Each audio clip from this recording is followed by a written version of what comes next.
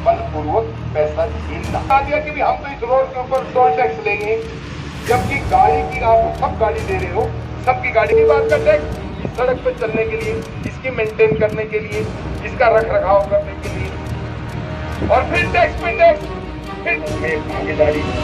जब राज्य में भागीदारी होगी तो आप अपने गांव के अंदर अपनी सरकार बनाएंगे, अपनी फसलों का भाव निश्चित करेंगे, अपनी एमएसपी खुद बनाएंगे और इन कानूनों को आप रद्द करा देंगे अधिकारी को। यमुनानगर के टोल प्लाजा पर किसानों का धरना लगातार जारी है। आज पूर्व आईजी रणवीर शर्मा विभिन्न सेवानिवृत्त पुलिस अधिकारियों के साथ टोल प्लाजा पर पहुंचे और किसानों की मांगों का समर्थन करते हुए तीनों बिलों को वापस लिए जाने की मांग की। बता दें, किसानों को संबोधित करते हुए उन्होंने कहा कि यह सिर्फ किसान नहीं, सभी समाज की लड़ाई लड़ रहे हैं। उन्होंने कहा कि नए बिलों से मंडी खत्म हो जाएगी, ब्लैक मार्केटिंग बढ़ेगी, किसान गुलाम हो जाएगा। साथ ही इन तीनों बिलों को वापस लिया जाए। उन्होंने कहा कि किसानों को उनकी फसल का उचित मूल्य मिलना चाहिए। जहां आज पूर्व आईजी अपना समर्थन देने किसानों को टोल प्लाजा पर पहुंचे, वहीं पर उन्होंने किसानों को मंच से संबोधित करते हुए कहा कि जिस तरह से आज सरकार किसानों का शोषण कर रही है, उसे देखकर लगता है कि आने वाले समय में किसान आत्महत्या के लिए मजबूर हो जाएगा। किसानों का समर्थन करते हुए यह भी कहा कि वह तब तक इस आंदोलन से पीछे नहीं हटेंगे जब तक तीनों काले कानून वापस नहीं हो जाते। मंडी को लेकर एमएसपी व एमआरपी के मुद्दे पर भी कहा कि यदि सरकार चाहती है तो सब कुछ कर सकती है, लेकिन सरकार की मंशा बिल्कुल गलत है। तीनों काले कानून वापस लिए जाने चाहिए। इसके लिए सभी किसान संगठनों को बुलाकर सहमति ली जानी चाहिए। साथ ही उन्होंने कहा कि वह अपनी पूरी टीम के साथ किसानों का मनोबल बढ़ाने आए हैं और उनकी मांगे जायज हैं। अब देखना यह होगा कि किस तरह से कब तक प्रशासनिक तरीके से काम कर रहे पूर्व आईजी सरकार का साथ देते आ रहे थे, लेकिन जैसे ही रिटायर्ड हुए उन्होंने अपने तेवर ही बदल दिए कि सरकार तमाशा बीन चुकी है। देखना यह होगा कि पूर्व आईजी किसानों के समर्थन में कब तक इनके साथ चलते हैं। फिर डंडा लगा दिया, आगे यहाँ टोल दे के जाओ, आप इस सड़क पे चल रहे हो।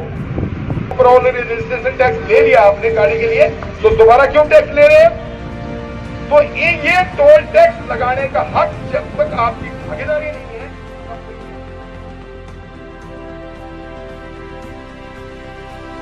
मैं यही बात अभी कह रहा था, जब हमारी मंडी ये खत्म कर रहे हैं, कैसे हित हो जाएगा? कौन सी मंडी लेके आएंगे? प्राइवेट मंडी लेके आएंगे और बगैर एमएसपी के लेके आएंगे, तो कैसे होगा? भला कैसे होगा जब किसान को उसकी फसल का भाव नहीं मिलेगा, किसान को वो जगह नहीं मिलेगी।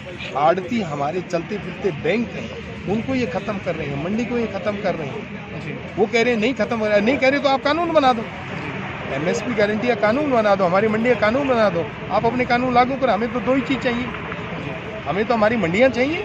और गवर्नमेंट का कहना है कि हमें बातचीत भी करनी चाहिए, संशोधन भी करना चाहिए। एक दो संशोधन करना चाह रहे हैं और इन्हें होल्ड करना चाह रहे हैं, तो आप किसानों को बुलाओ ना, सारे संगठनों को, सारे संगठनों को बुला के इनको होल्ड कर दें। और जब तक होल्ड रखें, जब तक सारे किसान संगठन एक ड्राफ्ट पे सहमत नहीं हो जाते, वो सहमत उसी बात पे होंगे कि हमारी मंडियां रहें और हमारी एमएसपी मिले, जो दोनों सरकार देना नहीं चाहती। तो आप बताइए ना, लोगों का कैसे भला, किसान का कैसे भला होगा? अब किसान कैसे उठेगा? 170 लोग मर चुके हैं, उनकी शहादत हो चुकी है और उन्होंने लिखित रूप में दिया है हम ये मोदी की ने जो कानून बनाए हैं उसकी वजह से हम मर रहे हैं और वो उनको रद्द नहीं कर रहे हैं। 306 तो अपने आप हो गए। मतलब किसी आदमी को मरने पे मजबूर करना, रोजाना FIR दर्ज होती है, तो इनके खिलाफ क्यों नहीं FIR नहीं? मतलब इनके हाथ में कलम है, इन्होंने FIR दर्ज कर दी, लोगों के हाथ में भी कलम है। मैं बताऊंगा ना लोगों को, अगर लोग एक छोटी सी कंप्लेंट अपने इलाका मजिस्ट्रेट को डालते हैं, जिसका पिताजी है, जिसका भाई बेटा मरा है, तो मुकदमा दर्ज होगा। हर हालत से इंसाफ होगा उन आत्माओं को, उनके साथ जो जाती हुई या उन्होंने जो अपनी जान कुर्बान दी है समाज के लिए। हर दोनों का रूख सख्त नजर आ रहा है। किसान भाई, किसानों के लिए मैं तो एक ही खास मान दूं, किसानों को कर्जे माफ कर दें, किसानों को एमएसपी का भाव दे दें, किसानों की मंडियां बहाल कर दें। वो है बजट में तीनों चीज कोई है? उन्होंने राष्ट्रपति से भी कहलवा दिया कि ये तीनों कानून बहुत अच्छे हैं। इससे ज्यादा वो किसानों का क्या करेंगे?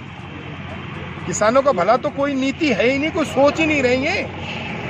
जो सरकार ऐसे हथकंडे अपनाती है कि बीच में काली भीड़ों को हमारे आंदोलन में डाल के आंदोलन को खराब कर रही है, हमारे बीच में फूट डाल रही है। दीप सिंधु सनी देओल के साथ प्रचार करता रहा।